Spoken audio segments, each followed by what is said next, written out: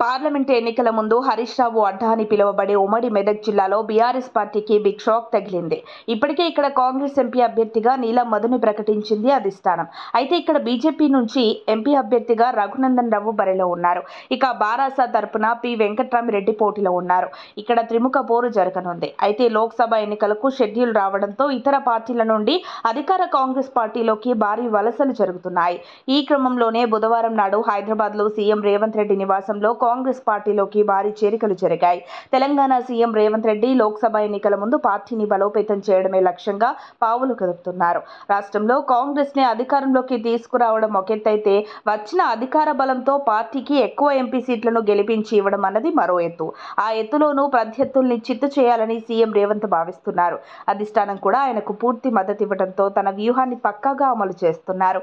ఈ సందర్భంలోనే BRS party రాష్ట్ర నాయకుడు మామిడి మోహన్ రెడ్డి కారుకు గుడ్ బై చెప్పి కాంగ్రెస్ తీర్థం పుచ్చుకున్నారు. సీఎం రేవంత్ దుబ్బాక నియోజకవర్గం కాంగ్రెస్ పార్టీ ఇన్ఛార్జ్ చెరుకు శ్రీనివాస్ రెడ్డి సమక్షంలో హరీష్ రావు ముఖ్య అనుచరుడుగా పేరున్న బీఆర్ఎస్ నేత మామిడి మోహన్ రెడ్డి పార్టీలో చేరారు. వారికి కాంగ్రెస్ పార్టీ కండువా కప్పి పార్టీలోకి ఆహ్వానించారు మంత్రి కొండా సురేఖ. ఈ చేరికల ప్రోగ్రాంలో వారితో పాటు ఉమ్మడి మెదక్ జిల్లా పార్లమెంట్ అభ్యర్థి నీలం మధు ముదిరాజ్, మెదక్ ఎమ్మెల్యే మైనంపల్లి రోహిత్ రావు, మాజీ ఎమ్మెల్యే మైనంపల్లి హనుమంతరావు తదితరులు పాల్గొన్నారు.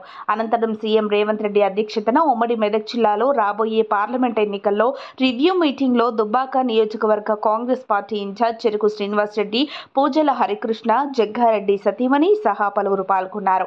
తెలంగాణలో కాంగ్రెస్ అధికారంలో ఉండటంతో కాంగ్రెస్లో చేరితే రాజకీయంగా కుటుంబ పరంగా బాగుంటుందని ప్రతిపక్ష నేతలు హస్తంగుటికి చేరుతున్నట్లు ప్రచారం జరుగుతోంది. మొత్తానికి మెదక్లో కాంగ్రెస్ గెలుపై టార్గెట్గా సీఎం రేవంత్ అడుగులు వేస్తున్నారు. మరి త్రిముఖ పోరులో గెలిచేదెవరో ఓడేదెవరో త్వరలోనే తెలియనుంది. మరిన్ని అప్డేట్స్ కోసం మా కాయ్ టీవీని సబ్స్క్రైబ్ చేసుకోండి. మా వీడియో కనుక మీకు నచ్చినట్లయితే లైక్ చేయండి, షేర్ చేయండి. మీ విలువైన అభిప్రాయాలను కామెంట్ బాక్స్లో తెలియజేయండి.